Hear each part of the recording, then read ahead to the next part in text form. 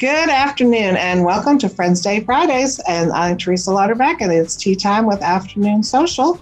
And today is literally tea time because Sasha Star Robertson has been with us this whole week. She's an intentionality coach and she has a business, Intentional Abundance. She's shared all sorts of stories with us this week about how she wrote her journal or her planner and how she's been an adoptive mom and some of those hacks. So you have to go back through those videos and watch all this wonderful information she shared with us. And like I said, today is actually tea time on Friday because she's going to talk to us about tea time in England because her husband was in the Air Force and deployed into England, and all the one of her favorite things was having tea time. And but she's got a little story to tell us about when she said no to tea time. So I'm looking forward to hearing her little story here, and I'm sure as you are as well. So I'm going to turn this over to Sasha. Good afternoon, Sasha. And we're going to hear your story about tea time in England and what is it like to have a tea party in England?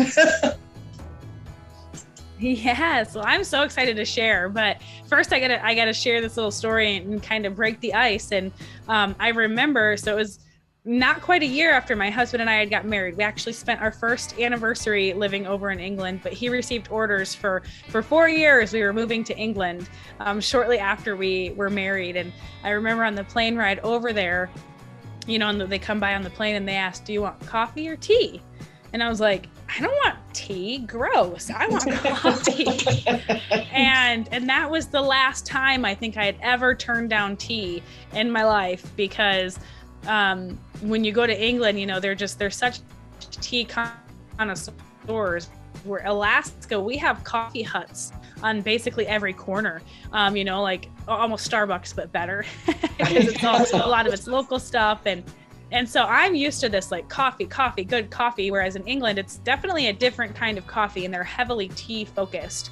But where we lived in a little tiny town called Mildenhall, they had this tea shop and they didn't necessarily sell tea. They had a few little tea things there, but it was actually a place where you would go and have tea time.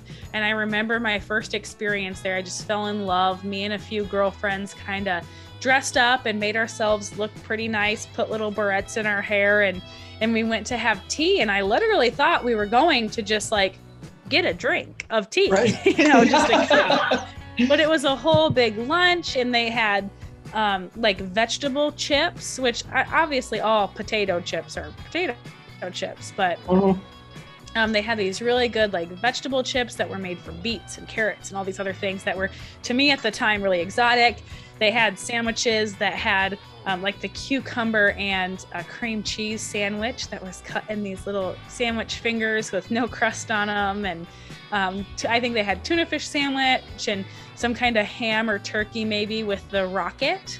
They call it rocket. What is it? Arugula is I think what it's called in America, but in England they called it rocket. You know, it's kind of like that lettuce that has a kick to it almost. And I just remember this delicious meal that we had, and we had tea. They brought us out our own little teapots, kind of single serving, and so we could just add hot water as we wanted and pour it into our little cup and kind of serve ourselves. And then we got to the scones, and they had a variety of scones, just thick, and I had never had a scone before having tea at this place, and I fell in love with that day. They had what they called clotted cream, which I don't even know what clotted cream really is, but it's a kind of like a whipped cream, but almost kind of like a cream cheese, like thicker, but super fluffy. And just on the scones was this amazing treat to have. And so I think the first one that I had got was an apple cinnamon scone, and it wrecked my world. I don't think I've ever had a scone as good as I had in England. And I sometimes joke around with my husband, I could be this serial entrepreneur, that I think we need this, a tea shop like that here in Alaska.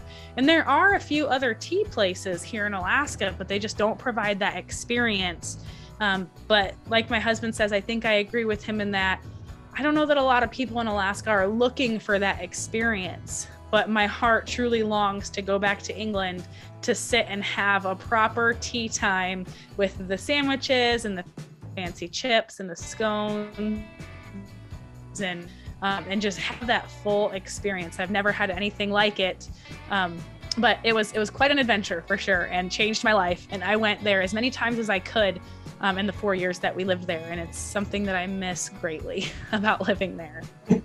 Well, was this little tea shop, was it in a historic building or anything, or was it something more modern? Or they're pretty much all historic buildings there in that little town that we grew up in American standards anyway.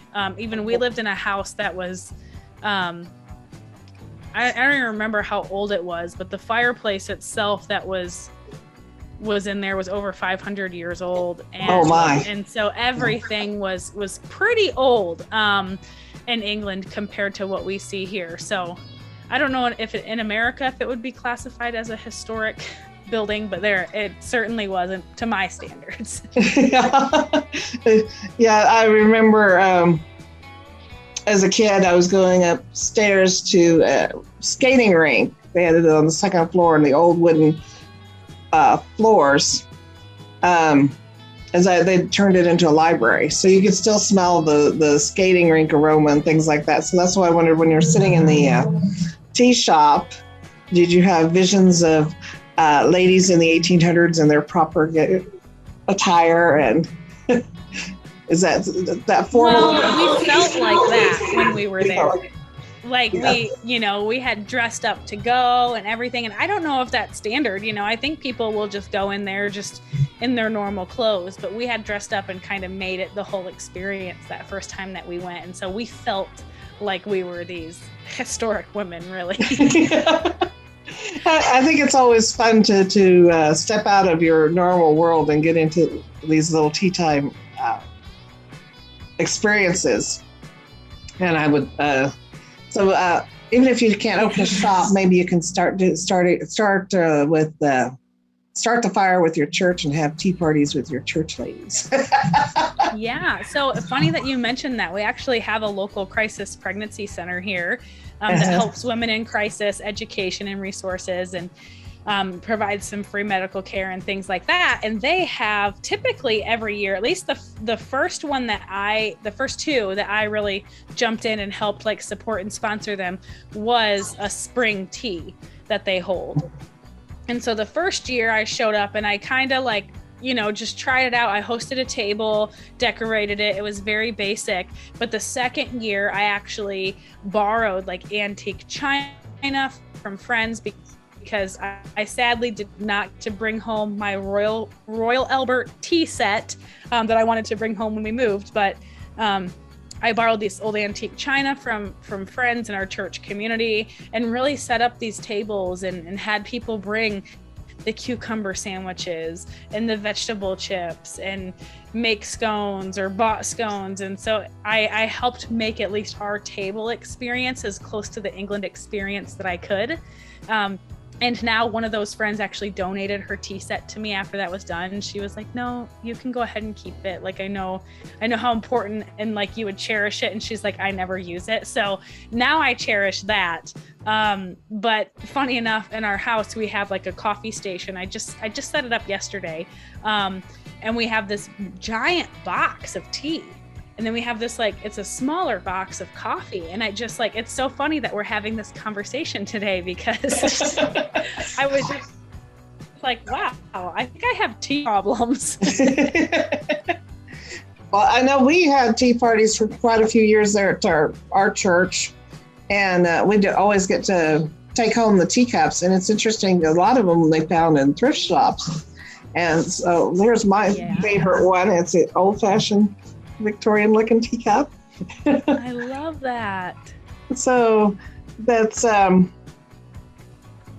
you were talking about tea time in England, I'm like, oh wow, that's exactly what I want. I need to have some cucumber sandwiches and enjoy my tea in my fancy cup. And it's so good. I've hosted quite a few tea parties at my house as well. We did one last year with our little MOPS group, just on I think it was just a Thursday maybe. But I got the tiered I don't even know what it's called. It's almost like a cake stand, but it's like wide at the bottom and just like tiers up where you can put all the sandwiches and the scones. And I just love it. I love the whole experience, the smell, the flavors, the sipping of hot tea, the sandwiches, the look of everything being all nicely decorated. And it's definitely a fun experience to have. And had I not gone to England and said yes to that tea party, I wouldn't even know that this whole world existed, you know? Right. Yeah, because you were on the plane and said, no, I'm not having anything to do with tea. Yeah. Yeah. And I was just thinking, you know, like just a black tea, you know, in a tea bag. Mm-hmm. And I was like, no, tea tastes funny. I want coffee. Yeah. But now I know that you can have so many more flavors and varieties in the tea right. that you have. And it kind of can hit any palate you're really wanting at the time. Exactly. And, there's so many wonderful herbal teas, so you don't even have to, that's a great way to get away from caffeine and mm-hmm. that kind of thing. So that's actually what I have right now. It's called immunity, because I'm having this like sore throat thing going on, and I can feel my tonsils are a little swollen. And so just a nice hot tea to coat my throat. And I'm pretty sure it's all herbs and no caffeine, which I've had people argue with me that that's not actually tea, but to me, it is. I'll accept it. Yeah, definitely. I will too. You still have to steep it, or I've even put tea bags in a water bottle and just let it sit, and it steeps by itself that way without being hot. So yeah, almost like a sun tea, but an individual water bottle. Yeah. I got some stuff, I think it was called like refreshers or something like that the other day, just at my local like Kroger grocery store. But it's actually designed to be put in cold water. And so you just put, it's like, and it's in a little tea bag. You just put it in your cold water. And I think it was like cucumber and mint flavor. Oh, that'd be different. And so it just made my water really good. And so I'm all about it.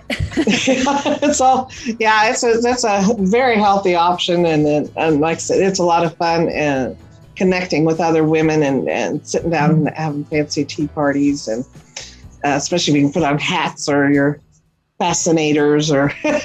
Yes, fascinators. That's what they were called. I just said a barrette, but you used the proper terminology. Oh, okay, yeah. Thank you for that. Yeah, because they're a little bit more than just a barrette. They're with some have feathers, and I think there's all sorts of different kinds of fascinators. So. Yes. Yeah. I'm going to have to research where that term came from and the history of it. Yeah. And it reminds me when we actually went to the horse races when we were there one time as well and got all dressed up. And some of us had hats and some of us had these big old fascinators as well. But that was another like very English experience that we got to have while we were over there, that, you know, you just dress up and you do what the locals, you have that for your memory bank now. Yeah, that's fabulous. I love that traveling, and I haven't done a lot of traveling, and so I love to listen to your stories about over in another country and what they do. And I love traveling. So I could talk about all of my travels and experiences for days. So I'm happy to share. Well, and there's another book idea for you. Yeah. That's when we were over in England, that's the number one thing we did was travel all over Europe as much as we could every 3-day weekend. And while we were over there, my parents kept telling me, keep a log, keep a journal, write it all down. You need to write a book about all of your travels. And thankfully, we live in this digital age of, you know, taking photos with your phone. Right. And so I have probably over 100,000 photos of our experiences. So it's not going to be easy to forget. But I can always go back and refer to them to write my book. Very good. Very good. Well, I think we're getting close to our time today, and I thank you for joining us with our tea time.